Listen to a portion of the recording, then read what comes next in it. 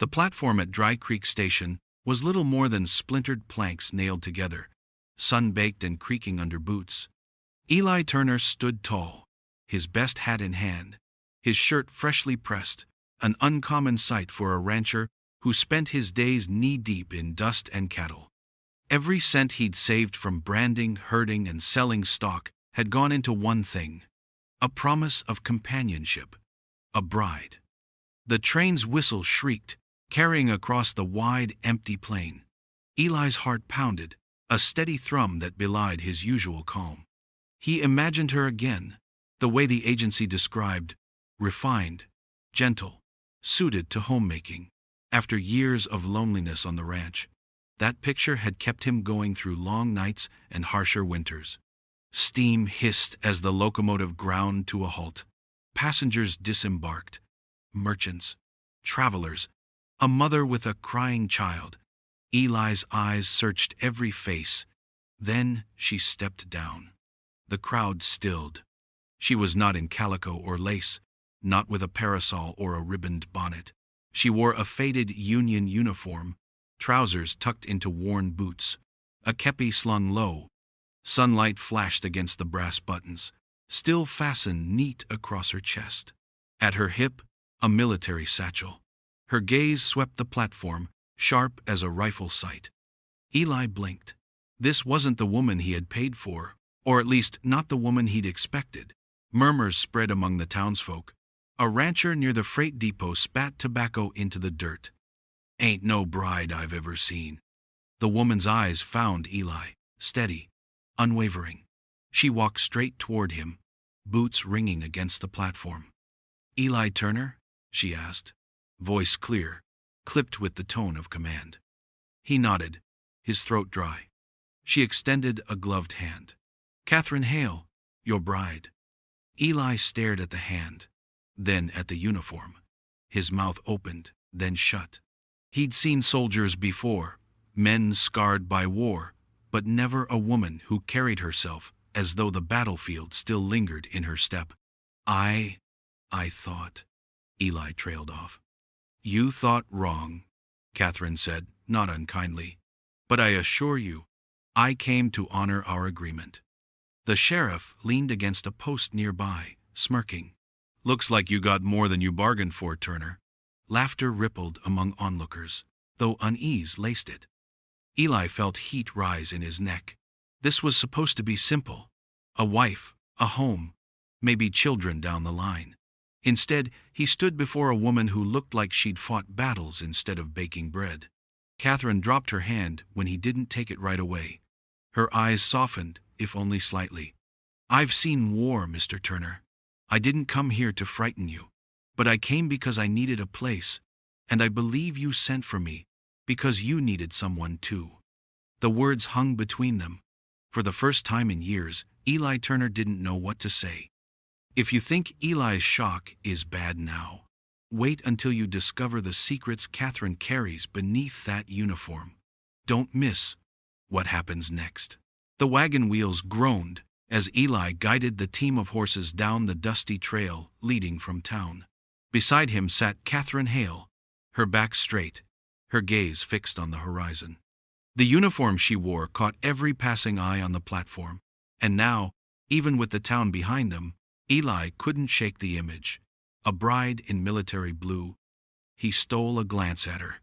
She didn't fidget or shrink into herself like a nervous woman might on her first ride to a stranger's home. Instead, she sat with the calm assurance of someone who had traveled roads more dangerous than this. "You don't plan on wearing that uniform forever, do you?" Eli asked finally, his voice low, measured. Catherine turned her head, studying him. "It's what I own. Cloth holds memory, Mr. Turner. This one has mine." Eli tightened his grip on the reins. He hadn't expected poetry from her. "The agency said you were delicate." Her lips curved, not quite a smile. "They sell an idea, not the truth. If they told you I'd stitched wounds by candlelight while cannons fired outside, would you have paid the fee?" He had no answer for that. The silence stretched as the ranch fences came into view, weathered but sturdy against the sweep of the plains. When they reached the yard, Catherine slid down from the wagon without waiting for a hand. She scanned the house, the barn, the corral, taking in everything like a soldier surveying terrain. Eli watched, caught between irritation and fascination. "This is it," he said, almost defensive. "It's not much, but it's mine." Catherine rested her hands on her hips. "Not much?" she repeated. "It's land, water, shelter. I've seen men kill for less." Her words carried a weight that made him shift uneasily. She wasn't fragile. She wasn't timid. She was something else entirely. Inside the cabin, Catherine set her satchel on the floor and began unpacking with efficiency. A small kit of medical tools gleamed as she laid them out. Eli froze in the doorway. "You keepin' those for show?" he asked. "For survival," she answered. "Out here, you'll need more than strong hands. Infection kills quicker than bullets." Her tone wasn't boastful, it was fact. Eli leaned against the doorframe, his mind racing. He had sent for a woman to cook, to mend, to soften the edges of a rough ranch life. Instead, he had been given someone who had patched soldiers together in the thick of war. "You don't scare easily," he muttered. Catherine's eyes lifted to his, steady as ever. "Fear never leaves, Mr. Turner. You just learn to ride with it." Eli swallowed, unsure whether to admire her or brace himself against her. He didn't know what tomorrow would bring, but one truth was already clear. Catherine Hale was not the bride he'd imagined, yet she might be the one he needed. The first morning at the Turner Ranch dawned in pale gold. Eli woke to the familiar creak of timbers and the smell of strong coffee. He rose, expecting to see Catherine clumsy at the stove, struggling as any city-bred bride might. Instead, she was already outside, sleeves rolled, hauling water from the well with practiced strength. Eli leaned against the doorway, arms crossed. "You're up early." Catherine set the bucket down and brushed a strand of hair from her face. "Old habit. Soldiers rise before the Sunday." He frowned at her easy use of the word soldiers. It still sat strange on his tongue when tied to a woman meant to be his wife. Over breakfast, silence stretched. Eli finally cleared his throat. "About yesterday, I sent for a wife. Not," he hesitated, choosing his words carefully, "not a soldier." Catherine met his eyes steadily. "And I agreed to marriage, Mr. Turner, not a parade of expectations. We both entered into a contract. I'll honor mine. Will you honor yours?" The bluntness stung, but Eli respected it more than he wanted to admit. He'd paid the agency, signed the papers, and promised a home in exchange for companionship. But the woman across the table wasn't the gentle dream he'd built in his mind. She was flesh, steel, and a history of war. "You cook?" he asked at last, almost gruff. Her mouth quirked. "I've boiled rations till men lived on them for weeks. Cooking for one rancher doesn't frighten me." True to her word, by midday she had beans simmering and bread rising, though she stirred the pot with the same briskness she might load a musket. Eli worked the corral, stealing glances toward the house. When the noon sun beat down, he returned to find Catherine in the barn, inspecting tack and feed. She paused at a frayed strap, fingers tracing the worn leather. "If you ride with this, it'll snap under pressure. Fix it before it gets you thrown." Eli stiffened. "I know my gear." "I don't doubt it," she said softly, "but war teaches you to notice what others miss." He turned away, muttering under his breath. Still, he carried the strap inside and mended it that evening. That night, after the stock was settled, Eli sat on the porch, watching twilight bleed across the sky. Catherine joined him, her steps quiet, her presence steady. "You doubt me," she said simply. Eli's jaw tightened. "I don't know you." "You will," she replied. Her tone wasn't a plea, it was a promise. "I didn't come here to be a burden, Mr. Turner. I came because I need a place where my past doesn't define me. But if you want me gone, say it plain, and I'll find another road." He looked at her then, really looked at the strength in her posture, the weariness tucked behind her eyes. Sending her away would undo everything he'd worked for, yet keeping her meant stepping into uncharted ground. Eli leaned back, exhaling slowly. You stay. Contract's a contract. For the first time, Catherine allowed herself a small, genuine smile. Dry Creek was a town that kept its gossip alive, better than its crops. Within days, word spread that Eli Turner's mail-order bride had stepped off the train in uniform, looking more like a captain than a homemaker. Whispers traveled from the saloon to the general store, each tale taller than the last. Eli felt it first when he rode into town for supplies. The usual nods from neighbors were sharper now, eyes cutting toward him and then away. Some men chuckled under their breath, others muttered as he passed. By the time he loaded flour and nails onto the wagon, Sheriff Boone strolled up, hat tipped low. Turner, the sheriff drawled, heard you brought home a soldier. Eli stiffened. She's my wife. The sheriff smirked. Ain't sayin' she isn't. Just wonderin' how long before that past of hers stirs trouble. Eli climbed onto the wagon without answering, but the words stuck like burrs. Back at the ranch, Catherine was chopping wood. Her sleeves rolled high. She swung the axe with steady precision, each strike clean. Eli dismounted, torn between pride and unease. You keepin' busy, he remarked. Idle hands invite ghosts, she answered, wiping sweat from her brow. That night, after supper, Eli finally asked what had gnawed at him all day. What did you do in the war, Catherine? You weren't just a nurse. Her hands stilled on the tin plate she was drying. She set it down carefully before meeting his eyes. I stitched men back together, but when bullets tore through the lines and doctors fell, I carried a rifle too. You don't survive battlefields by waiting for someone else to fight. Eli's breath caught. He pictured her in smoke and chaos, standing shoulder to shoulder with men twice her size, firing steady. It jarred against every notion he had of what a wife ought to be. Folks won't take kindly to it, he warned. They don't have to, she replied. I'm not here for their kindness, only for a place to belong. The next morning, Catherine rode out with him to mend fences along the north pasture. When a rattlesnake coiled near the post, Eli's hand went instinctively to his revolver, but Catherine was quicker. She snatched a shovel from the wagon and struck clean. The snake silenced before Eli even drew. You move like you're still out there, he said, half impressed, half unsettled. Catherine dusted her hands. War never leaves the body, Mr. Turner. It only quiets when you let it. As the sun sank low, Eli realized the truth. Catherine's past was no story tucked neatly away. It lived in her stance, her instincts, the way her eyes scanned every horizon. And while the town might whisper, Eli knew one thing. Her presence would change everything about his quiet ranch life. The Turner Ranch stretched wide, a patchwork of pasture, timber, and stubborn earth that refused to yield without sweat. For Eli, the land was both pride and burden.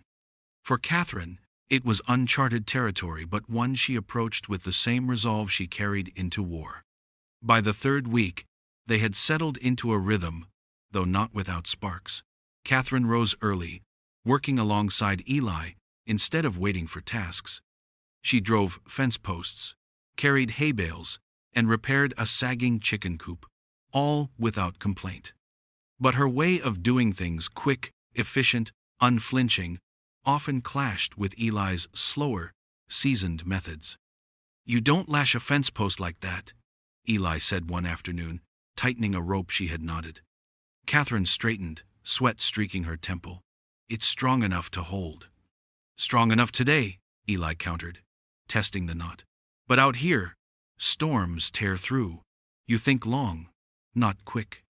She bristled. In the field, quick saves lives. This ain't the field, Eli shot back. It's a ranch. Different rules. For a moment, silence stretched, broken only by the lowing of cattle. Then Catherine nodded once, grudging but firm. Then teach me your rules. The request caught him off guard. No one had asked Eli to teach anything in years. As the day wore on, he showed her how to set posts deep enough to stand against prairie winds, how to stack hay so it wouldn't rot in the rains, and how to listen for the subtle cough of a sick steer. Catherine absorbed each detail, her expression tight with concentration. That evening, she brought bread to the table, dense, a little hard, but edible. Eli chewed slowly, suppressing a smile. "Not bad. Better than rations," she replied dryly, and for the first time, Eli laughed aloud. The sound startled them both. But the land was not gentle, and neither was the life it demanded. When a storm swept in one night, thunder cracking like distant cannon fire, Catherine sat rigid in bed, eyes wide open, body tense. Eli watched her from the other side of the room. "You all right?" he asked. She didn't answer at first, then whispered, "Storms sound too much like war." The honesty cut through her armor. Eli, unsure of what comfort to give, simply nodded. "They sound like work to me, mending roofs, patching fences." Her lips curved faintly, though her hands still trembled. "Then I'll learn to hear it your way." The storm passed, leaving silence heavy between them. In that stillness, Eli saw the cracks in her strength, not weakness, but scars from battles he'd never known. By dawn, Catherine was outside again, hauling fallen branches from the yard, jaw set with determination.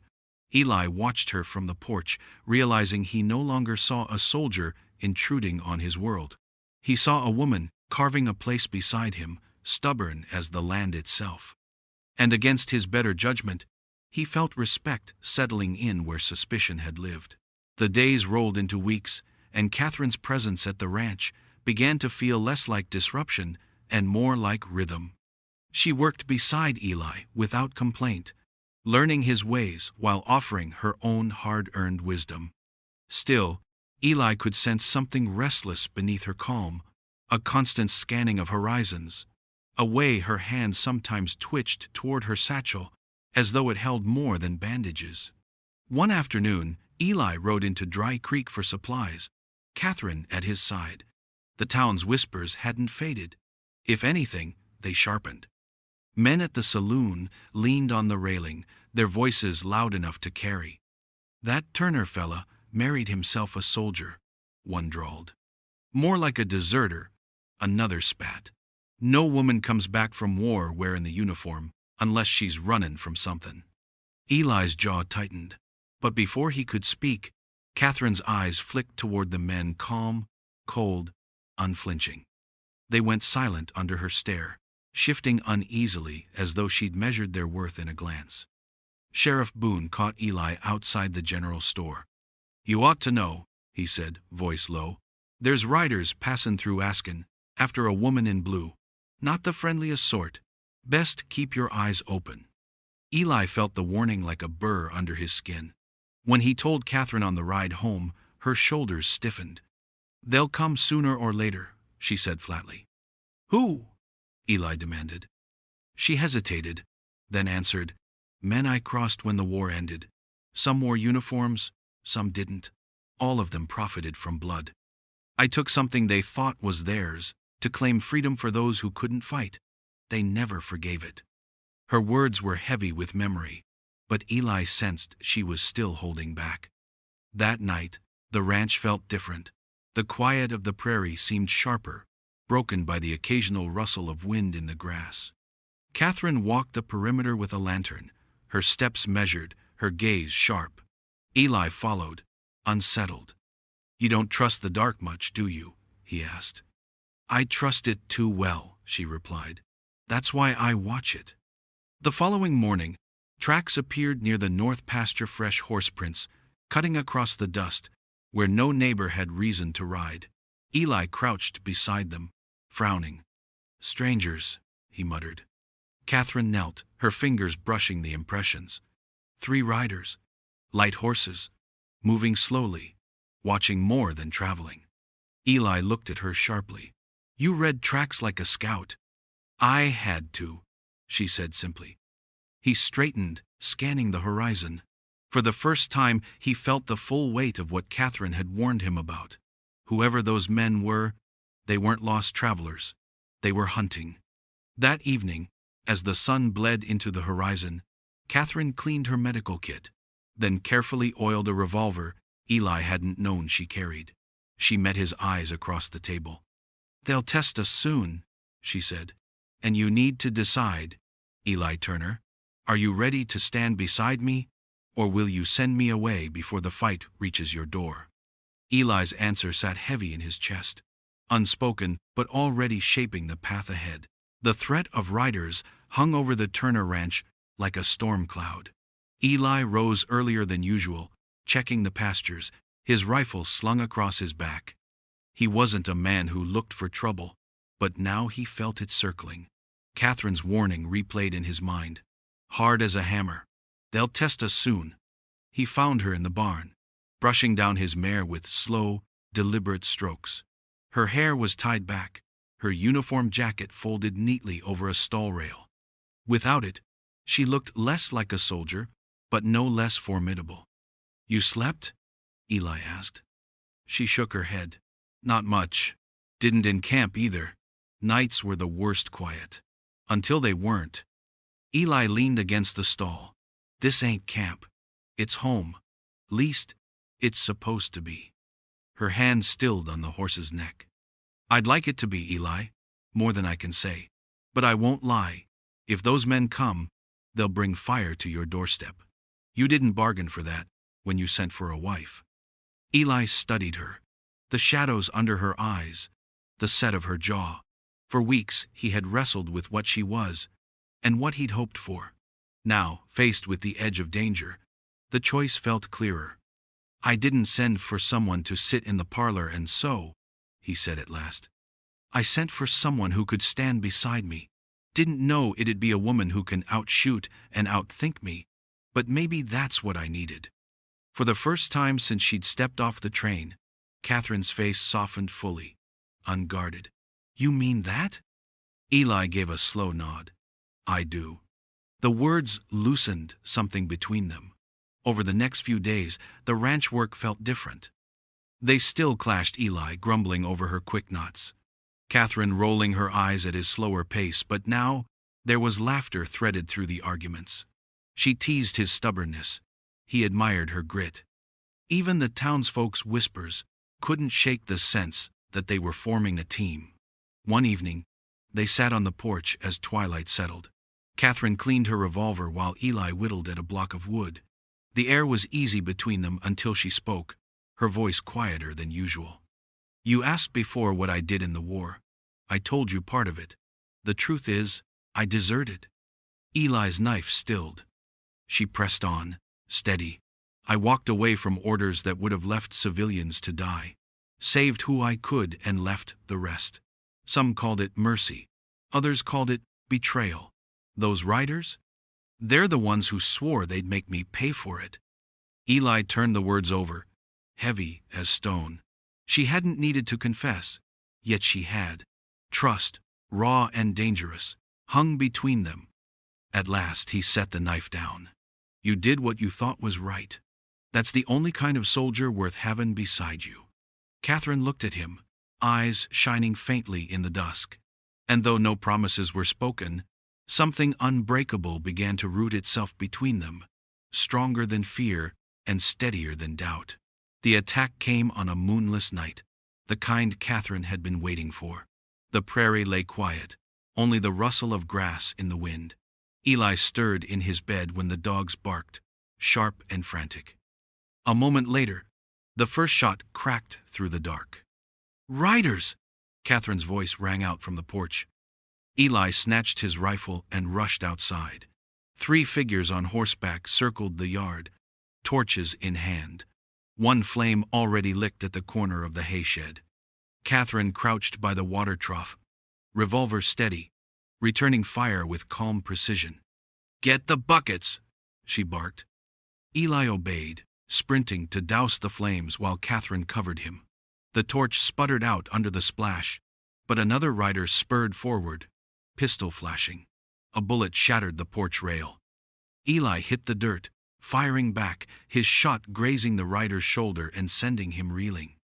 The skirmish was fast and fierce, the kind Eli had never known. He was no stranger to ranch fights, rustlers, coyotes, drunken brawls, but this was something else. These men weren't here for cattle or coin. They wanted Catherine. One rider wheeled close, shouting, "Hale, come out and face us, you coward!" Catherine's jaw tightened. She fired, her shot striking the man's hat clean off, the warning clear. "You'll get me over my dead body," she muttered.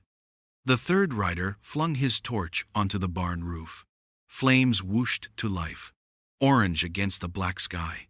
Eli cursed, sprinting to grab another bucket. Catherine covered him again, shooting so cleanly that the rider swerved wide, his horse bucking beneath him. Smoke filled the air. Eli climbed the barn roof, stomping and throwing water, coughing through the heat. Below, Catherine's revolver clicked empty. Without hesitation, she drew a knife from her boot, eyes fixed on the rider who dared circle close again. "Behind you!" Eli shouted. Catherine spun, catching the man's wrist as he swung down from the saddle. In one motion, she slammed him to the ground, blade at his throat. "Tell your friends," she hissed. "I'm not theirs to claim." She struck him across the jaw with the hilt, knocking him out cold. The others pulled back, retreating into the darkness. Hoofbeats faded, leaving smoke, silence, and the groan of the injured man sprawled in the dirt. Breathless, Eli dropped from the roof, hands raw from the fire. He looked at Catherine, hair wild, face smudged with soot, knife still gleaming, and felt a rush of awe he couldn't name. "You saved this place," he said hoarsely. Catherine shook her head. "We saved it. Together." The barn smoldered, but held. The yard was scarred, but not ruined. The two of them stood in the quiet aftermath, side by side, neither speaking of the danger still lurking beyond the horizon. For the first time, Eli understood that Catherine's past wasn't just a burden, it was the reason he was still standing. And though fear knotted his gut, something else had rooted deeper. He could no longer imagine this fight or this life without her. By dawn, word of the attack had already reached Dry Creek. Smoke scars on the horizon were enough to set tongues wagging, and before noon, Sheriff Boone rode up the Turner Ranch Road, 2 deputies trailing behind. His eyes swept the yard, landing on the unconscious rider Catherine had tied to a fence post.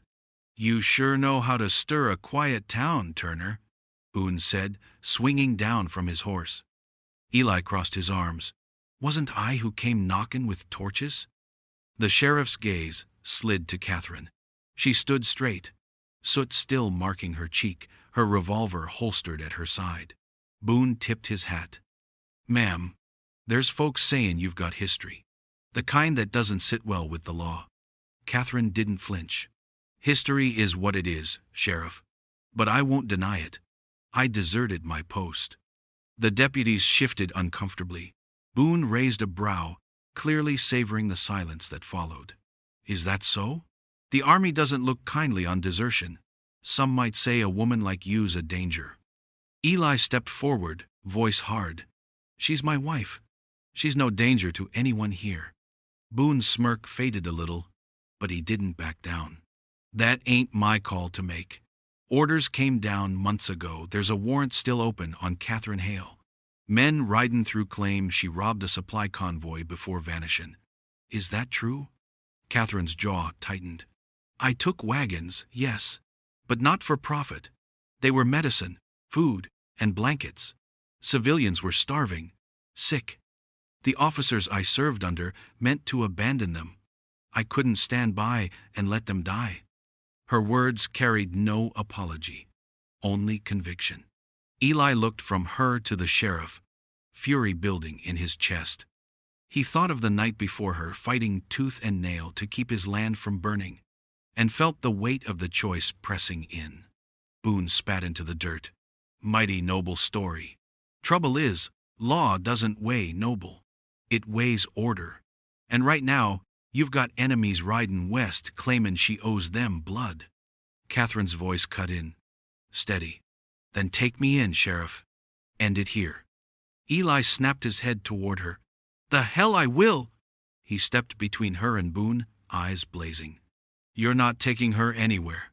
She stood her ground when most men would have run. She saved this ranch, saved me. That warrant may carry ink, but it doesn't carry the truth.